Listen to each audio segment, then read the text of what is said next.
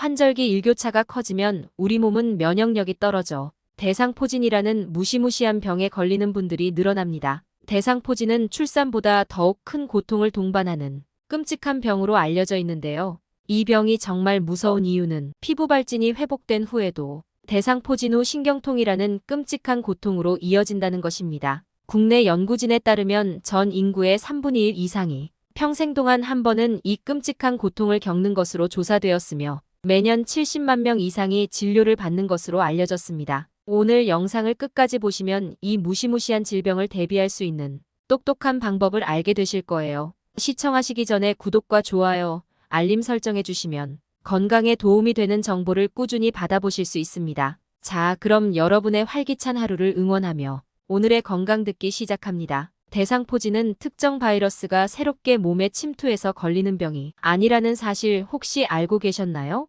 깜짝 놀라신 분들 많으시죠? 대상포진은 수두 예방 접종을 한 사람의 신경절에 남아있는 수두 대상포진 바이러스가 평소 잠복하였다가 면역력이 떨어질 때 대상포진으로 발병을 하는 것입니다. 또한 대상포진은 가족력에 영향을 받는 것으로도 알려졌는데요. 이는 가족 간 유사한 생활 패턴을 갖고 있기 때문입니다. 가족이 동시에 대상포진에 걸리는 것을 조심해야 하는 이유는 심각한 통증과 합병증을 유발할 수 있어 삶의 질이 저하되고 질병 부담이 높아 가계에도 영향을 미치기 때문입니다. 부모나 형제 자매 등 직계 가족 중 대상포진에 걸렸던 환자가 있으면 그렇지 않은 경우와 비교해 발병 위험이 4.9배나 높다는 연구 결과도 있으니 늘 가족들의 건강을 함께 신경 쓰셔야 합니다. 대상포진은 띠 모양의 발진이라는 뜻으로 피부의 한 곳의 통증과 함께 신경절을 따라서 줄무늬 모양의 발진과 수포들이 발생하는데요.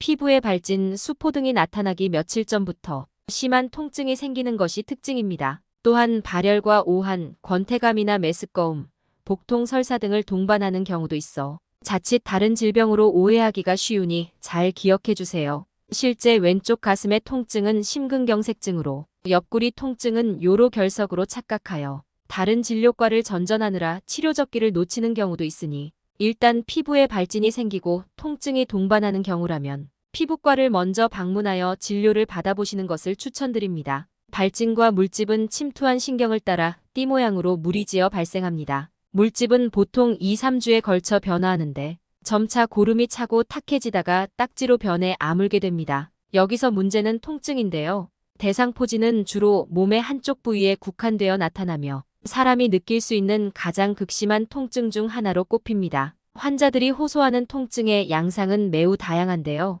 일부 소개해드리면 바늘로 콕콕 찌르는 듯한 통증, 감전된 것 같은 찌릿찌릿함, 망치로 얻어맞은 느낌 등이 있습니다. 나이가 많을수록 더욱 극심한 고통을 느낀다고 알려져 있으며 실제로 고령 환자의 절반가량은 강한 진통제가 필요할 정도로 통증이 심할 수 있습니다. 반대로 통증 없이 물집만 생기는 경우도 있지만 아주 드문 케이스입니다. 대상포진의 치료는 시간과의 싸움입니다. 치료를 빨리 시작할수록 효과가 좋아 물집이 생긴 지 72시간 안에 치료한다면 항바이러스제나 스테로이드제 등의 약물 치료도 가능합니다. 피부 병변은 2주에서 4주가 되면 흉터나 색소 침착을 남기고 치유가 됩니다. 그러나 통증은 신경 손상과 중추신경의 변화에 의해 점점 심해집니다. 대상포진이 심각한 이유는 통증뿐만 아니라 합병증을 유발할 수 있다는 점인데요. 대표적인 증상으로 대상포진 후 신경통입니다. 이 신경통은 대상포진이 치유된 이후 1개월에서 6개월 동안 통증이 계속되는 것을 말하며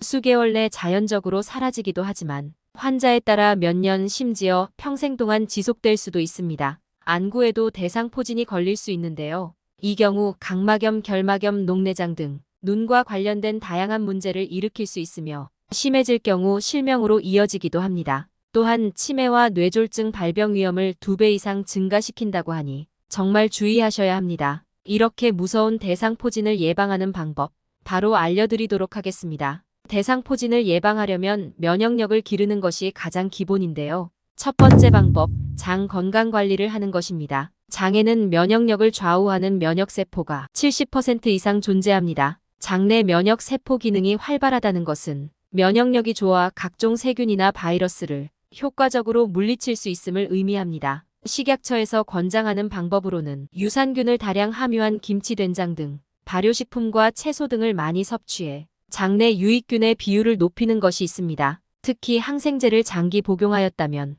최소 일주 이상 꾸준히 발효식품을 먹고 장내 세균을 정상화시켜야 합니다. 더욱 손쉬운 방법으로는 흔히 유산균이라고 불리는 프로바이오틱스 제품을 꾸준히 섭취하는 것입니다. 프로바이오틱스는 유익균의 증식과 유해균을 억제하는 역할을 하며 배변 활동도 원활하게 해줍니다. 다만 과다 섭취 시 장내가스가 차거나 설사를 유발할 수 있으므로 주의하셔야 합니다. 두 번째, 대상포진을 예방하는 방법. 바로 백신을 접종하는 것입니다. 예방 백신의 효과는 50% 정도지만 꼭 맞는 것이 좋습니다. 상당수의 예방 백신은 병을 일으키는 바이러스를 소량 투여해 항체를 만드는 방식인 반면 대상포진 백신은 원인이 되는 수두바이러스에 대항했던 면역 상태를 기억하는 T세포 면역을 자극하고 강화하는 방식으로 몸에 잠복해 있는 수두바이러스가 활성화되지 않도록 막아주는 역할을 합니다. 백신을 접종하는 것만으로 발생률을 절반으로 떨어뜨릴 수 있고 발병하더라도 가볍게 지나갈 수 있다고 하니 꼭 기억해 주세요.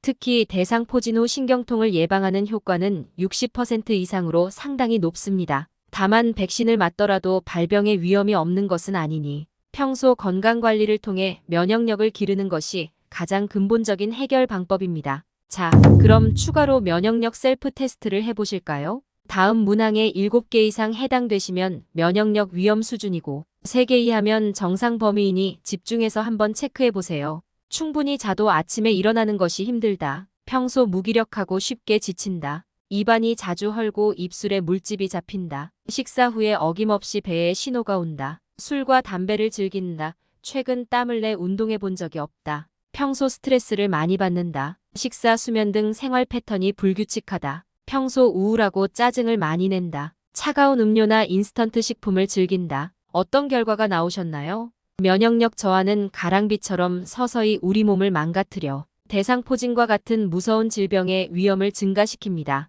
그러니까 나중에 약으로 해결해야지 하면서 미루기보다는 당장 오늘부터 건강한 식습관, 생활 습관을 길러 매 순간 건강하게 원하는 인생을 살아가실 수 있기를 진심으로 기원합니다. 영상이 도움이 되셨다면 주변 소중한 분들께 공유해주세요. 구독과 알람 설정을 하시면 다음번에도 유익한 건강 정보를 가장 빠르게 받아보실 수 있습니다. 오늘도 긴 영상 시청해주셔서 감사합니다.